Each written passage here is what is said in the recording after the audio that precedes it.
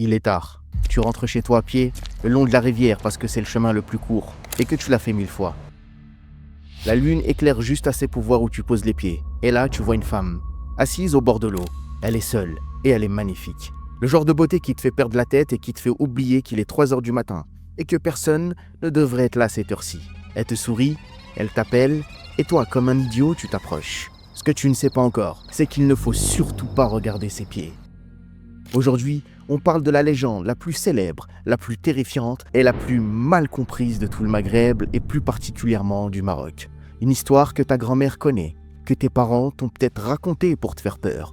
Une histoire qu'on raconte encore à voix basse, parce qu'on dit que si on prononce son nom trop fort, on risque d'attirer son attention. Elle s'appelle Aïcha Qandisha. Et ce n'est pas un conte pour enfants derrière ce nom. Il y a une vraie femme et des anthropologues qui ont passé des années à l'étudier. Et un homme qui a juré jusqu'à sa mort qu'elle était mariée à elle.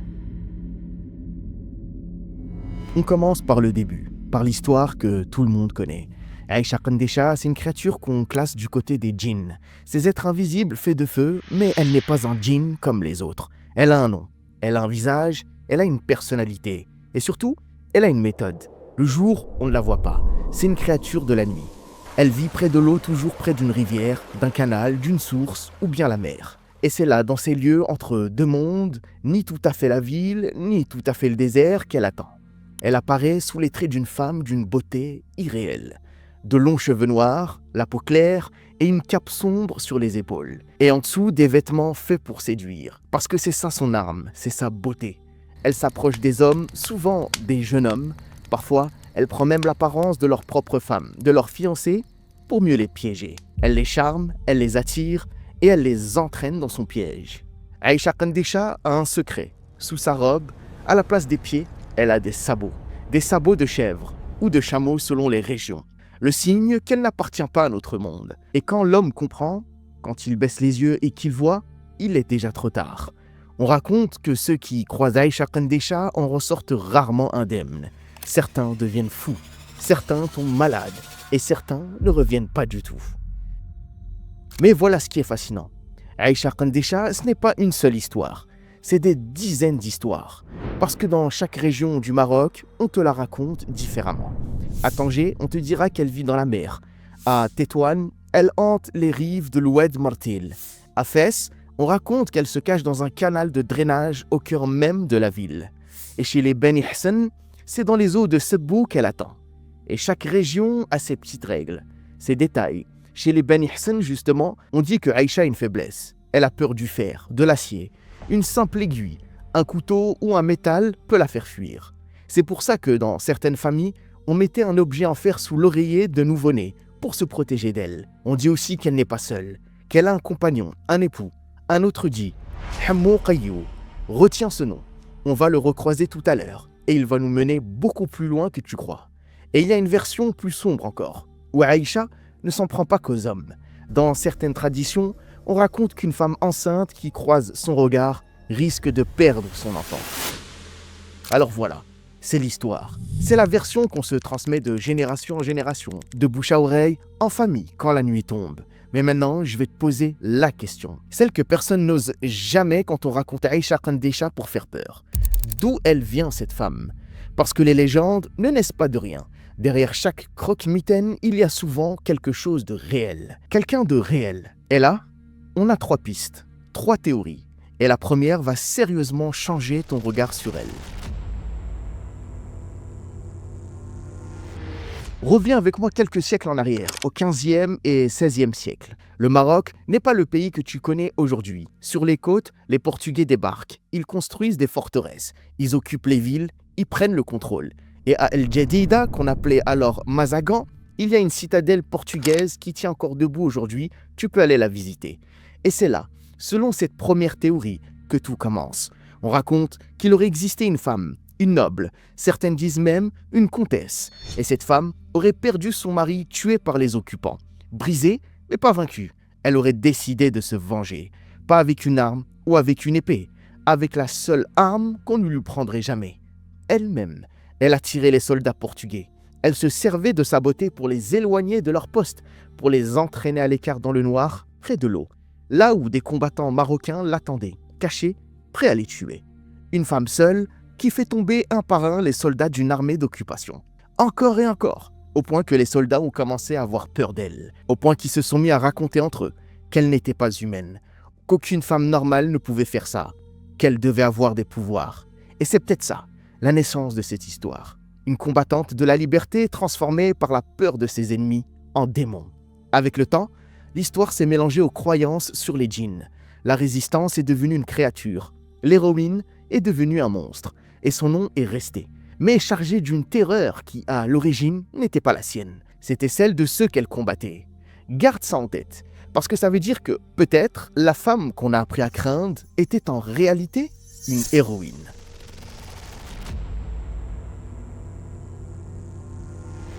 Mais il y a une deuxième piste, et celle-là, elle vient des chercheurs. Au XXe siècle, un anthropologue finlandais nommé Edvard Westermarck passe des années au Maroc à recueillir les croyances, les rites et les superstitions. Un travail de fourmi. Et quand il se penche sur Aïcha Kandesha, il a une intuition troublante. Pour lui, le nom Kandesha n'est pas marocain à l'origine. Il serait d'origine orientale. Westermarck va plus loin. Il la rapproche d'une ancienne divinité du Proche-Orient. Et il imagine que ce sont les Phéniciens, ces grands navigateurs venus de l'actuel Liban qui auraient apporté ce culte sur les côtes d'Afrique du Nord il y a plus de 2000 ans. Une déesse antique liée à l'eau et à la séduction qui aurait survécu en se cachant, en se transformant, en se fondant peu à peu dans les croyances locales, puis dans la tradition islamique jusqu'à devenir Aïcha. Une légende qui aurait traversé 2000 ans. 2000 ans de conquête, de religion, de bouleversement, en changeant juste de masque à chaque époque. Mais, et je tiens à être honnête avec toi, parce que c'est important, cette théorie, aujourd'hui, les chercheurs n'y croient plus vraiment. Westermarck travaillait avec les connaissances de son époque, et notre compréhension de ces divinités antiques a énormément changé depuis. Le lien qu'il faisait ne tient plus solidement, donc on prend cette piste pour ce qu'elle est. Une hypothèse fascinante, séduisante, mais probablement dépassée. Ce qui ne l'empêche pas d'avoir laissé une trace. Parce qu'il y a un troisième élément. Et celui-là, il est dans le nom lui-même. Les linguistes se sont penchés sur ce mot, Kandesha, avec un K ou bien avec la lettre Q. Et certains y voient une racine très ancienne.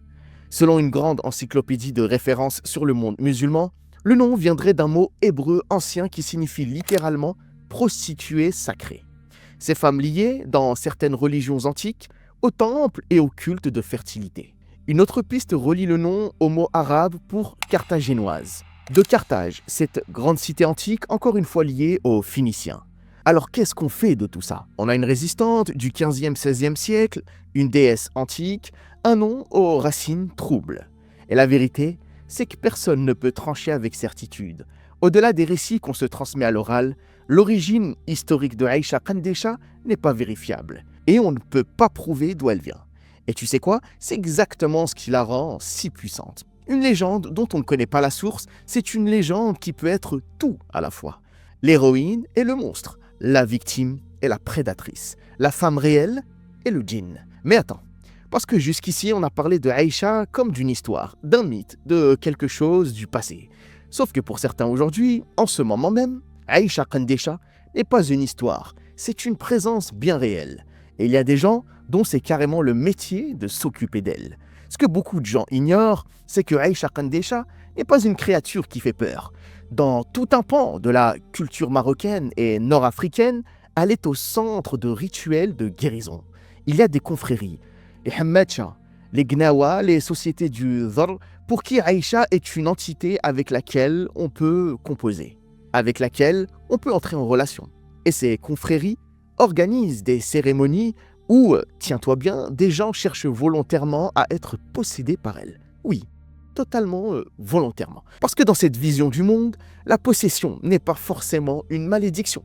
C'est peut-être une thérapie, une cérémonie avec de la musique, des tambours, des gens qui se mettent en transe, des heures durant. Et au cœur de cette transe, les possédés vivent des choses très physiques. Ils pleurent, ils convulsent. Certains se mettent à imiter des cris d'animaux. Ça paraît terrifiant vu de l'extérieur. Mais tout ça se passe dans un cadre rituel, encadré par la confrérie, qui interprète ces crises, qui leur donne un sens et qui est censé soigner la personne. Aïcha, dans ce contexte, ce n'est plus le monstre du bord de l'Oued. c'est une force qu'on apprivoise, une partenaire presque. Et c'est là que je veux te raconter une histoire, une vraie, documentée. L'histoire d'un homme qui a vécu toute sa vie marié à Aïcha Kandesha. Dans les années 1970, un anthropologue américain, Vincent Crapanzano, vient au Maroc pour étudier ces fameuses confréries, les Hamed Shah. C'est un chercheur sérieux et rigoureux. Et au cours de son enquête, on lui présente un homme. Et on lui dit, celui-là, tu devrais lui parler, il a des choses à te raconter. Cet homme, on l'appelle Touhami. Touhami, il est tuilier. Il fabrique des briques, des tuiles, près d'un four. Il ne sait ni lire ni écrire. Il vit seul, dans une petite maison sombre, presque sans fenêtre. Il est pauvre et il a une quarantaine d'années. C'est un conteur extraordinaire, le genre d'homme qui te captive en racontant des histoires. Un peu comme moi. Mais Touhami porte un fardeau. Parce que Touhami est convaincu, dur comme fer, qu'il est marié. Marié à une démone aux pieds de chameau. Marié à Aïcha Kandesha. Et ce n'est pas une image. Pour lui, c'est une réalité quotidienne. Chaque nuit, dit-il, il reçoit des visites. Des démons, des saints, des présences qui peuplent ses nuits. Et au milieu de tout ça, il y a elle, Aïcha, une épouse jalouse, possessive, qui ne le lâche jamais. Parce que c'est ça le piège de cette union. Dans les récits qu'on a recueillis, être marié à Aïcha Kandesha, ça veut dire qu'elle te garde pour elle. Elle t'empêche d'avoir une vraie femme, une vraie vie amoureuse, te marier, une vraie famille quoi. Elle t'isole et elle se met entre toi et le reste du monde. Et Touhami, justement, vivait seul, sans épouse, sans enfant. Un homme à l'écart de tout. Et pour lui, l'explication était claire. C'est elle, Aïcha, qui ne veut pas le partager. Crapanzano décrit un homme déchiré. Parce que Touhami, d'un côté, subit cette présence comme une souffrance. Il en parle comme de la cause de sa tristesse, de ce qu'on appellerait aujourd'hui sa dépression. Mais de l'autre, il n'arrive pas à s'en libérer. Et il y a une terrible contradiction, comme dans certaines relations toxiques, où on souffre de quelqu'un, mais on n'arrive pas à le quitter. Et c'est ça qui rend l'histoire de Touhami si bouleversante. C'est pas un film d'horreur, c'est un homme seul, pauvre, qui a mis sur sa solitude et sur sa douleur le visage d'une légende que tout son monde connaissait. Aïcha lui donnait une explication, un récit, une raison à son mal. Et au fond, c'est peut-être ça la vraie fonction de Aïcha Kandesha depuis le début, mettre un visage sur ce qu'on n'arrive pas à expliquer. C'est ce qui nous mène à la dernière partie, et la plus importante peut-être, parce que la science, elle aussi, a son mot à dire sur Aïcha, et ses explications sont aussi troublantes que la légende elle-même. Alors mettons nos lunettes de scientifique 2 minutes. Ah non, ça c'est des lunettes de soleil, pardonnez-moi. Et regardons Aïcha Kandesha non plus comme une créature, mais comme un phénomène. Qu'est-ce qu'on voit ? Repense à ces cérémonies de transe, des hommes qui s'effondrent, qui pleurent et qui crient. Maintenant, repense à la société dans laquelle ça se passe. Une société où un homme n'est pas vraiment censé pleurer. Il n'est pas censé montrer sa faiblesse, sa peur ou bien sa fragilité. Ou exprimer une souffrance intime, c'est presque interdit. Et voilà ce que des chercheurs ont remarqué. La possession par Aïcha offrait justement une porte de sortie. Un moment, un seul où un homme avait le droit de craquer, de tout lâcher sans honte. Parce que ce n'était pas lui qui pleurait, c'était Aïcha qui le faisait pleurer. Tu vois un peu la nuance ? La légende devient une permission, une soupape. Une façon culturellement acceptée d'exprimer une détresse qu'on n'aurait jamais pu dire autrement. Regarde maintenant les symptômes qu'on attribue à Aïcha. La paralysie, l'incapacité à bouger, les pensées obsessionnelles qui ne te lâchent plus, le trouble du désir, la nuit, le sentiment d'une présence dans la chambre. Si tu décris ça à un médecin aujourd'hui, il va te parler de choses très concrètes, de dépression, de troubles anxieux et surtout, de paralysie du sommeil. La paralysie du sommeil, peut-être que ça t'est déjà arrivé. Tu te réveilles en pleine nuit, conscient, les yeux ouverts, mais ton corps est totalement bloqué, tu peux pas bouger ni parler. Et souvent, les gens qui vivent ça ressentent une présence dans la pièce. Parfois, ils croient voir une silhouette, une forme, quelqu'un au pied du lit. C'est un phénomène neurologique parfaitement réel qui existe partout dans le monde, selon certains scientifiques. Et partout dans le monde, les cultures ont mis un nom dessus. En Occident, on a parlé de sorcières, de vieilles femmes qui s'asseyaient sur la poitrine des dormeurs. Ailleurs, de démons, de djinns. Et au Maroc, qui pourrait être cette présence au pied du lit dans le noir ? Tu connais déjà la réponse. Et puis, il y a une dernière lecture, une lecture plus sociale. Elle nous ramène à notre résistante du début.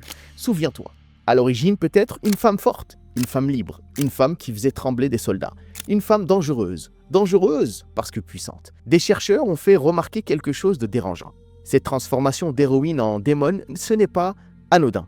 C'est peut-être une façon pour une société de domestiquer une femme qui dérangeait, de prendre une figure de pouvoir féminin et de la rendre monstrueuse. Comme pour dire, voilà ce qui arrive quand une femme est trop belle, trop libre, trop indépendante, elle devient un danger, un piège, quelque chose à craindre. Et regarde le détail qui change tout. Dans beaucoup de récits, Aïcha ne frappe pas au hasard. Elle ne s'en prend pas à n'importe qui. Elle punit les hommes qui transgressent, ceux qui manquent de respect, ceux qui exploitent, ceux qui abusent. Vu sous cet angle, ce n'est plus tout à fait un monstre. C'est presque une gardienne, une justicière. Quelqu'un qui fait payer ceux qui le méritent. Alors le monstre dans cette histoire, c'est vraiment elle? Mais attends, parce qu'il faut que je m'arrête aussi une seconde. Parce que là, on vient d'aligner des explications scientifiques les unes après les autres. Et si je m'arrêtais ici, je te ferais croire quelque chose de faux. On vient de passer un bon moment à expliquer Aïcha avec la science, la psychologie, la médecine, la paralysie du sommeil et le pouvoir. C'est passionnant. Mais il y a un piège dans lequel on tombe très facilement quand on raconte ce genre d'histoire. Le piège qui consiste à dire « la science n'a rien prouvé », donc tout ça, c'est dans la tête des gens, donc c'est faux. Et ça, cet argument ne tient pas pour deux raisons.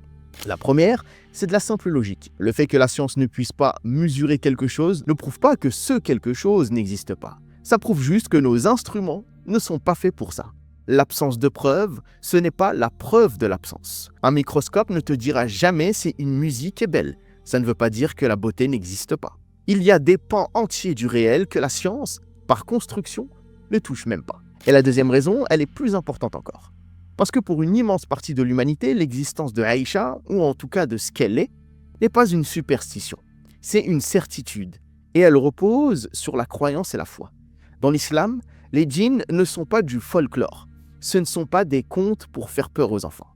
Ce sont des créatures réelles, créées par Allah, au même titre que les hommes et les anges. Le Coran en parle explicitement. Il y a même une sourate entière qui porte leur nom, Sourate al-Jinn.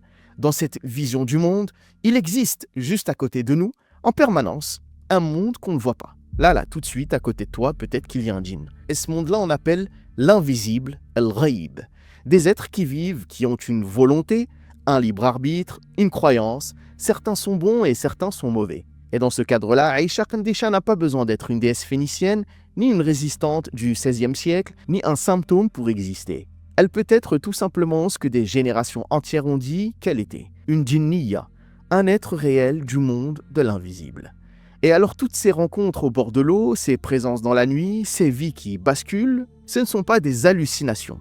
Ce sont des contacts réels avec un monde qui nous dépasse complètement. Et ce qui est troublant, c'est que cette lecture est parfaitement cohérente. La science décrit le comment le corps s'immobilise, se fige et comment le cerveau réagit dans le noir. Mais elle ne répondra jamais à la question de ce qu'il y a ou pas derrière le voile. Au fond, ces deux regards ne se contredisent même pas forcément. L'un parle du corps, l'autre parle de l'âme et de l'invisible. Et rien ne dit que l'un annule l'autre. Là où la tradition islamique en revanche est très claire, c'est sur la réponse à apporter.